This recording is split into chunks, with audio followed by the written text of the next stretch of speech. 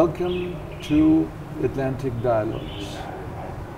We have two great guests, emerging leaders, one from Morocco and one from Ghana, Joan and Rashid. Since ladies are always first, first question, where in Ghana you're from? I'm from Accra, the capital of Ghana. I'm from Accra, the capital of Ghana. And what is your kind of expertise? I'm an energy policy analyst. Which means? Which means I work analyzing energy policy. So I focus on power, the power sector. I focus on oil and gas and a bit of mining as well. And what kind of profession can you're already specialized in that? You're working for a company or you have your own company? I work for an NGO called the Africa Center for Energy Policy in Ghana. And you're doing what? You're going around the country to look where is oil, where is water? Okay, so what we do is we look at the national energy policy, we analyze it, we look for how it can be made better.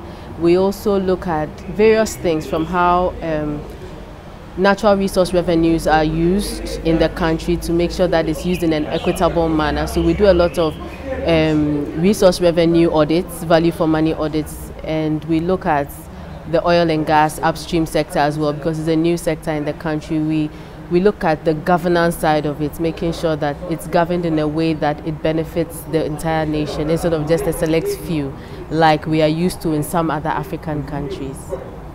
Rashid, you're almost in a similar profession as your friend is.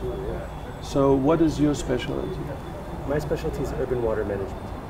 Which means? Which means that I focus on how people in urban areas use water. So from here to 2050, we expect that around 50% of the African population will be living in cities. Around 70% of the world population will be living in cities. So it's essential that we manage our water resources in places where water is very scarce. And Africa is one of those places. In Africa, there's only 6% of the world freshwater reserves in the world are in Africa. And given that a vast majority of the population will be living in cities, we need to think about how to best manage demand in a context where there's incredible strain on the system. You're of Moroccan origin, or you're original Moroccan, your family is from Morocco. Did you get the idea to go into that specific profession because there is not always enough water in Morocco? Absolutely. I started off my dreams and hopes wanting to be a physician, but then thinking about coming back to Morocco, I was thinking about how I can actually make a difference. And when I was a kid, in 1994, 1995, there was a really serious drought, and water was rationed, and we only had water for 2-3 hours a day. I remember as a boy going and filling up water bottles. And to this day, we still have water bottles in the bathroom just in case the water goes out. So absolutely, my experiences living in Morocco, where it's very water scarce, has influenced my decision to go into this field. And you're working on doing even more in water by living in the United States? Absolutely. So my dissertation is mostly focused in the United States, and it's the reason being, one, data quality is it's much better than other parts of the world, and data availability is much better than other parts of the world. The other advantage of studying water management in the context of the United States is that it's very different in different parts of the country. And so it's basically a natural lab, where basically experiments are happening all the time. And so it's much easier to take lessons from things that are happening and learn and hopefully apply some of these lessons to other countries. When you see, like it happened in California, this terrible drought in California where the Hoover Dam and all these dams were empty, does that, how do you say, convince you in your feelings that we're running out of water? It's less that we're running out of water and more climate change is changing the patterns of rainfall. And in the case of California, the West has always suffered from acute water scarcity. And fires. And fires as a result of being so dry. Yes. But they're different in the sense that because they've always been exposed to water scarcity, the dams are a lot bigger and they're more able to deal with multi-year droughts. With that being said, a lot of the water in the dams themselves evaporate. So it's a very different dynamic, versus in Morocco it's more like the east coast of the United States. It's a lot more wet, and so the dams tend to be a lot smaller. And so a lot more sensitive to longer periods of drought.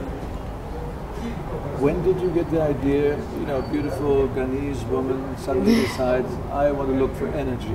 How did you get the idea? Okay, I started in pure economics. So my undergraduate degree is pure economics. And then in my final year of learning economics, I was studying energy economics. And then I realized that it was really interesting because energy is one of the things that nobody can live without. From firewood to electricity to renewables, it's in so many different forms, and it's such a necessity that once you understand the economics of it, you can be able to satisfy a lot of things in the economy, because energy is pervasive. Every sector of the economy needs energy. So once you're able to fix that, then you can fix healthcare, you can fix education, you can improve agriculture and things like that. So that's what I found as most interesting.